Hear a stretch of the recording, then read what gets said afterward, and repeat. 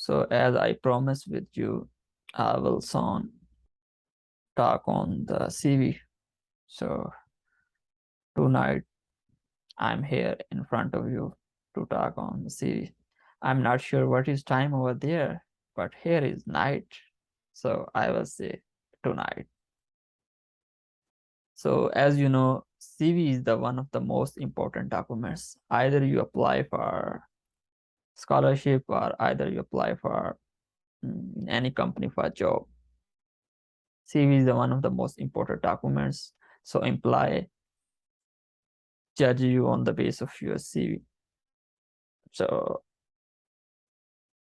therefore, CV must be attractive and informative because the employer have no experience physically with you.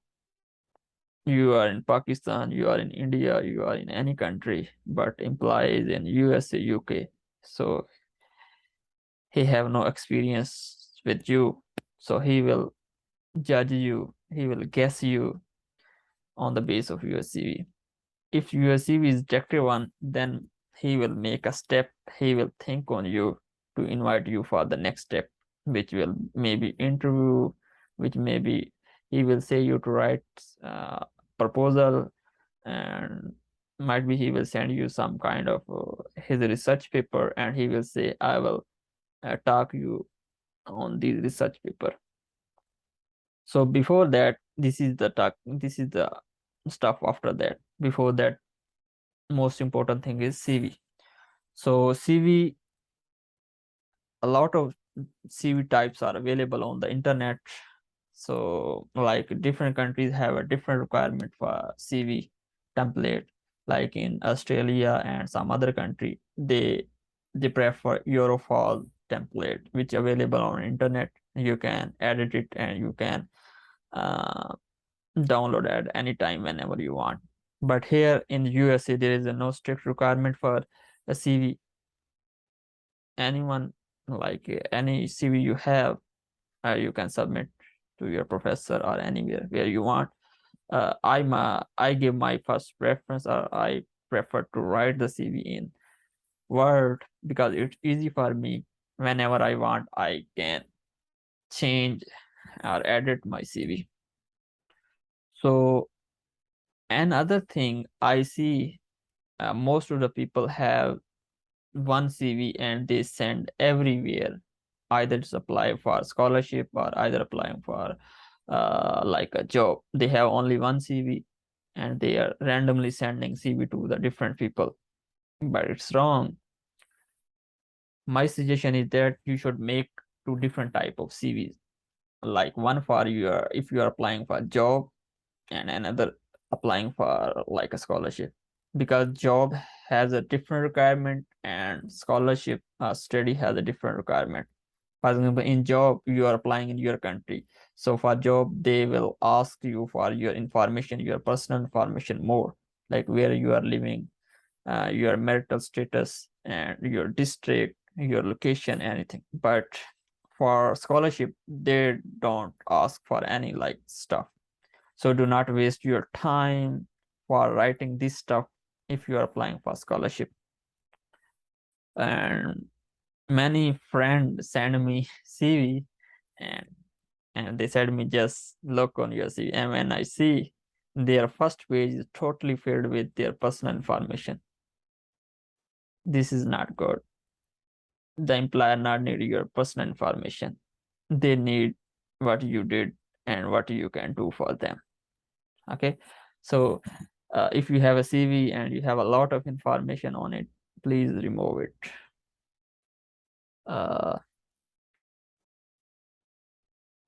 Everyone has a CV at some stage of their life, and CV has some important part which is play important role in the structure of CV. So I will tell you the structure of CV and important part of CV. So the most important part of CV is contact information and personal information.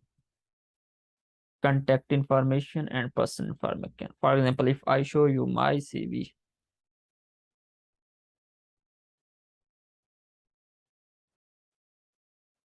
My CV contain personal information, just my name, my birthday, and then my contact information, which is email and my contact number.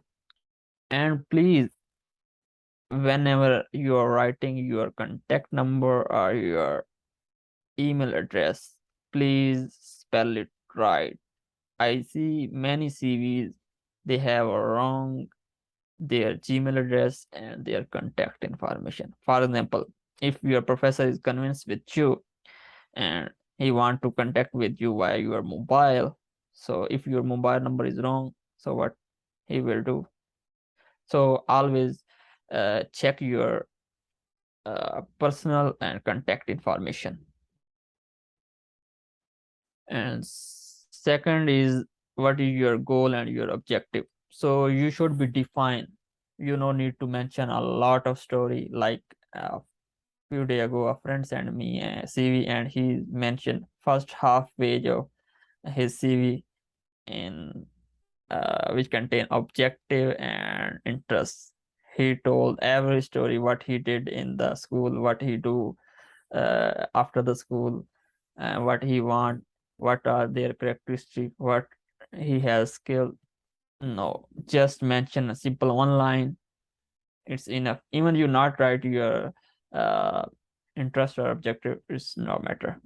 So if you need to write something, I can send you my CV, you can just copy paste from my CV, it's not a big problem. And another important part of CV is research objectives. Education, what is your education? So you need to mention your higher education. For example, my higher education is right now I am in PhD. So first I will write my PhD, second I will write my master, and then I write my bachelor. So you need to mention your GPA with your every education. So GPA play a very important role.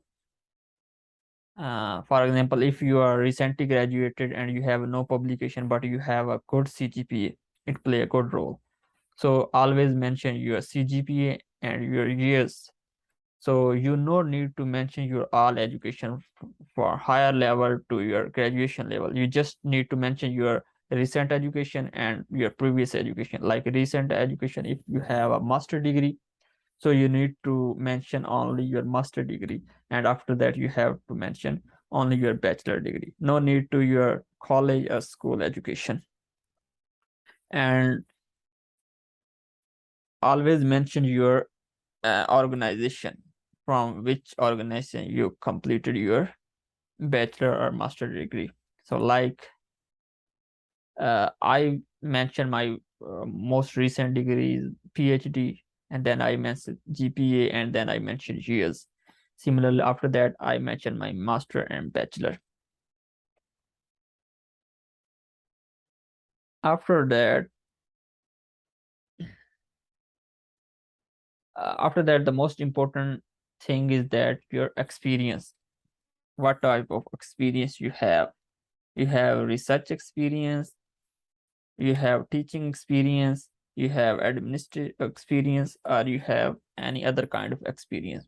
So for example, some students have no experience in research, but they have experience in teaching. Might be they part-time they are teaching.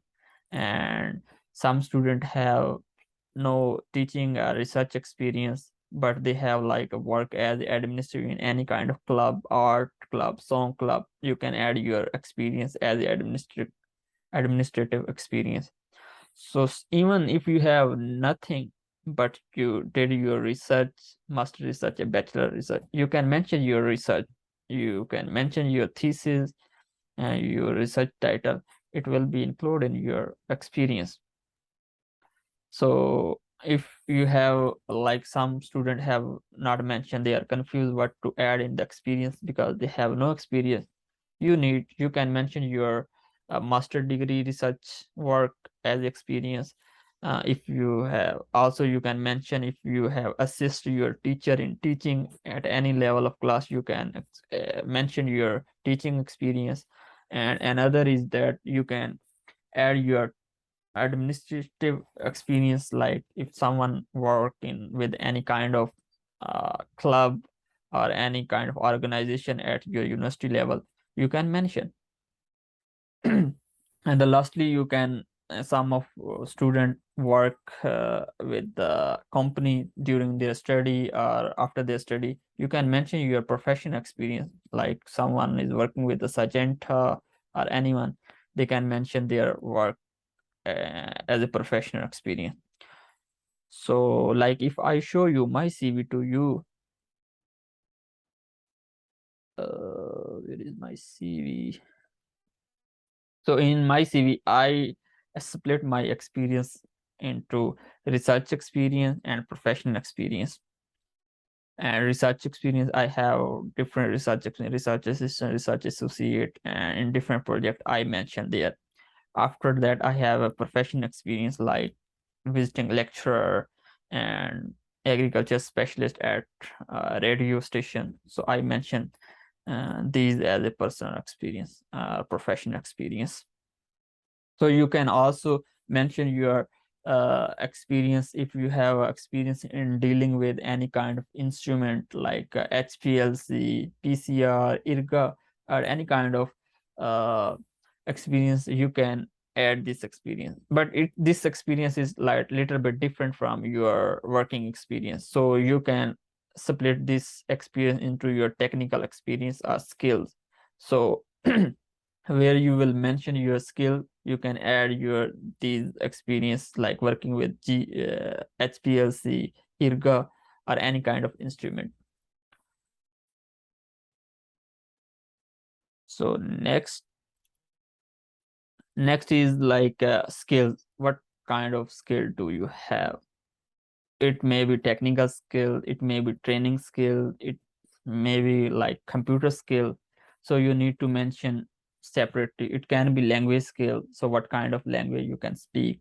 So you need to mention everything, like if I talk on the computer skill, so you need to mention you are proficient in Excel, you are proficient in Microsoft, you are experienced in the PowerPoint. Similarly, if you have like a working experience with R, Python, Java, or anything, you can mention in your computer skills. Another is training skills. If you have a training, you took a training at any stage of your life, for example, to any instrumentation training or any other training, you can mention. You can mention here leadership training. If you took any kind of leadership training, you can mention here. And if you have no any kind of training, or if you have no any kind of skills, still you can mention, like if you start now, if I am seeing you today and you start to work on the R or Python, you can mention, because you are learning, and when you are applying, and when you uh like if after a few days you have some kind of experience, so you can mention your experience in the skills, this one. So sometime these skills like Excel, Word, and PowerPoint skills not fall in the computer skill. So because here in USA, no one is working with Excel. They are working with different advanced of like Python or Java, like some stuff. So you have a still time, and these skills very attract to the employee and professor. Like when I came here, my professor said me that what type of uh, analysis software you can use. I said I have just experience in statistics. He said no one use here statistics. So then he mentioned me, you need to take some classes of statistic and data mining. Then I in my first semester I took R and data mining classes. So I have a little bit experience of R, and I'm still learning on it.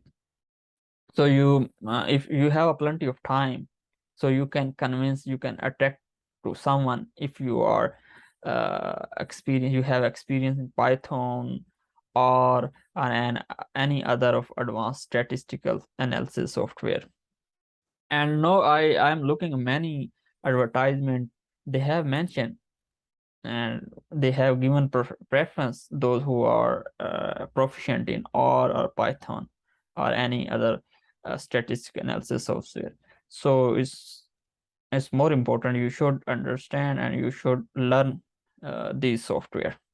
After that, you have more important honor and award, like what kind of honor you earn, what kind of award you earn. It's simple. Like if I show you my CV and I have mentioned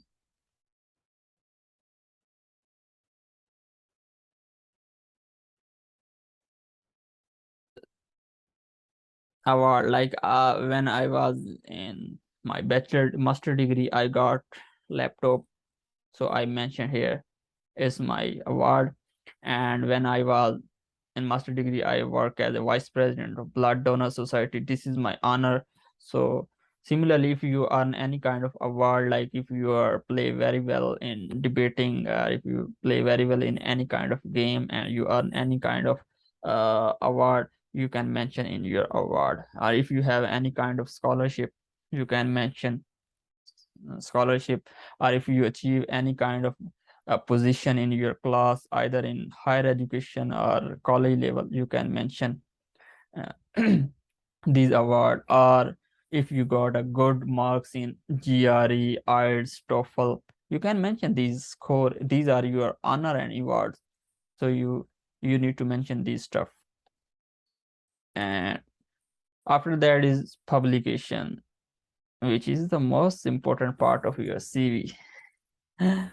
Because your professor will see after long reading your CV, and when he will reach to your publication, and if you have no publication, he will be very depressed. So publication is another most important stuff in the CV.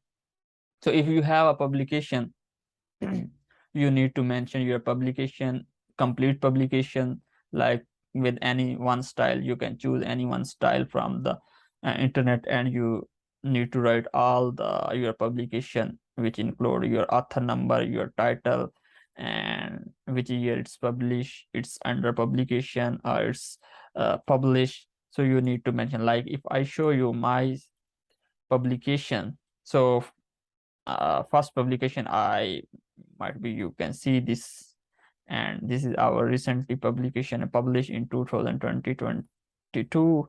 So here is my name. So where is your name, you need to highlight. When you highlight, he will not he will not read all the author, he just look on you when it's highlight. So it's important when you writing your list of your publication, you always list your publication in recent year. So first, your if you are which one is your recent publication, you need to mention this one. After that, you have next publication. If you have no publication but you have under progress, under submission, or under review, still you can mention your publication, and but you need to mention specify that it's under publication or it's under review or accepted. Like I have under review this one, this is under review, so I mentioned it's under review. So if it's under process, you can under process, right? So you need to clarify that which one is your publish, which is under review, and which is under process, like stuff. So if you have no publication, what you will do? So if you have no publication, you need to mention your research work here too, because you have uh, submit your thesis. Like in my country, we submit our thesis to HEC, so we can mention publication is it's involved in the publication, it enlists in the publication, so you can say it's publication. And sometime you have submit some kind of abstract in conference, it's also publication. Even you have no publication but you have a abstract submission, and they here in USA they count as a publication. So if you have any kind of conference submission, abstract submission, training submission with anyone, either with your colleague, with anyone, you need to mention your all the conference, all the publication.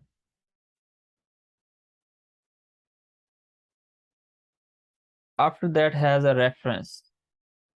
At least you need to mention your reference. At least 3 reference you need to mention. And always choose those people who are very active in your to check his email, because whenever you will be finalized by some kind of agency, some kind of university, they will ask from your professor, they will ask some kind of question about you. It's important, is one of the most important. Every university or every organization must ask from your referee about you. So always give at least 3 referee. So these referees contain all the information, like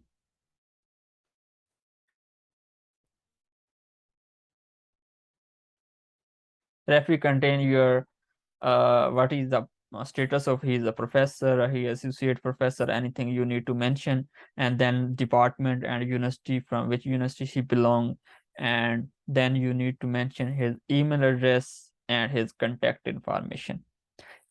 Please, please, please do not spell wrong the email Gmail address of your referee, because they will contact with your referee without telling you. So if you mention wrong your uh, Gmail or email address, they will not receive and they will not send your report, and the employee will not consider you. So always write those uh, referee name who know very well you, and you have a good relationship with them. Sometime you your professor, you give name to the professor and he not know to you, and he ignore that. So always give your referee name which you know very well, and always keep updated with him. If you apply with somewhere and you are sure you are at the last stage of your acceptance, so please ask every week or after a few days about your referee status to your professor whose you mention as a referee, because uh, always they will send progress report. They will ask your referee for your progress force, your background, and everything, and your referee will send some kind of stuff to them to clarify that really he is my student, he work very well or anything. So always mention your at least 3 professor that know you very well and you have a very good relationship. If you have a not good relationship and you mention your name, his name, and might be he can send you the wrong information against you, and this can be also be problem. So these are the important stuff. So you need to focus on your CV. So I am again requesting you, please give your some time on your CV, improve your CV, because uh, the professor will only guess you, understand you, or take any step on the base of your CV. If your CV is attractive, it contains enough information, it will be more, he will take a next step. And another important thing, never write any wrong information in it. If you think uh, you write any kind of information which you have not done, it's wrong. So at any time, if for example if you write some kind of training you have done and even you have not done, and when he want to make a interview with you and he will ask about that training, so you have not know anything about that training, it will be very bad impression. So better is that whatever you are, you should show yourself as it. So do not add any wrong information. And another important thing is that always write in a very good structure. Do not make a like they have a sequence. uh, do not use different kind of colors. Do not use different writing style. Maintain only one style. Like if you are using Calibri, you need to use only Calibri. And if you are using like a font size, maintain your font size. You can bold it, but you need to maintain your uh, font size. Also maintain your structure. At least CV. And another more important thing is that many people do not know the difference between CV and resume.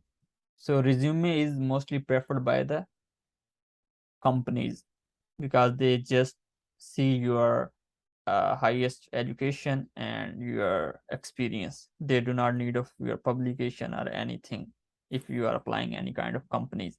So whenever you applying for companies, you should mention you should send your CV, sorry, resume. And resume is maximum 1.5 pages. Or mostly company mention they have mentioned that you need to submit your resume which contain only 1 page, but CV contain more than 1 page. It should be 5 page, 6 page, 9 page. It's depend upon how much you have experience. So CV, at least CV, your CV should be like between 3 to 5 pages. uh, that is make a very good impact. If you have no much experience, then it should be like a 2 or 3 page. So these are the most important stuff. And if you have still any kind of problem, if you are thinking you have a CV and you want I look on your CV, you can send me. And but send me on my email, and I will reply you, and I will make some changes in track changing and you. So you can send me your CV, I will look on it. And but before that sending, improve your CV keeping in view this video. Please watch this video. And even I'm not sure it's a very good video, but at least it's give you enough information that I have experience. So because I have took some classes on how to write a CV, how to write your cover letter, how to write your uh, uh, statement of purpose. So I have a little bit experience that I shared with you. So next we will talk on step by step how to write the statement of purpose, how to write the cover letter, how to write the project proposal. So I hope someone will get benefit from these videos. And if you still need any kind of question, you can ask me. And I am sharing you the different scholarship link.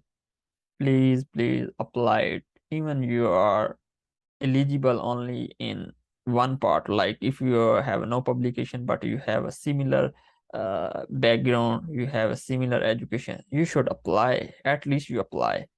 And yes, at least you apply, and I hope someone get a response. Sometimes it happen, people are thinking I do not have publication, I do not have experience, and they not applied. Similar many other people thinking and they have not applied. But if you have applied, at least you have applied. If he might be he will think you better than other one. So always try to apply. It's not matter you get response or not, but you should apply for it. If you take my example, I applied like a bunch of scholarship, and many time I did not got a response, and many time I got response. So do not worry about it. So always apply and look for your response. So for now, I want to say you bye, and we'll see you soon. And do not forget to discuss with me in the group on the weekend about your problem. So I will try to give you my response. All right, bye. Take care.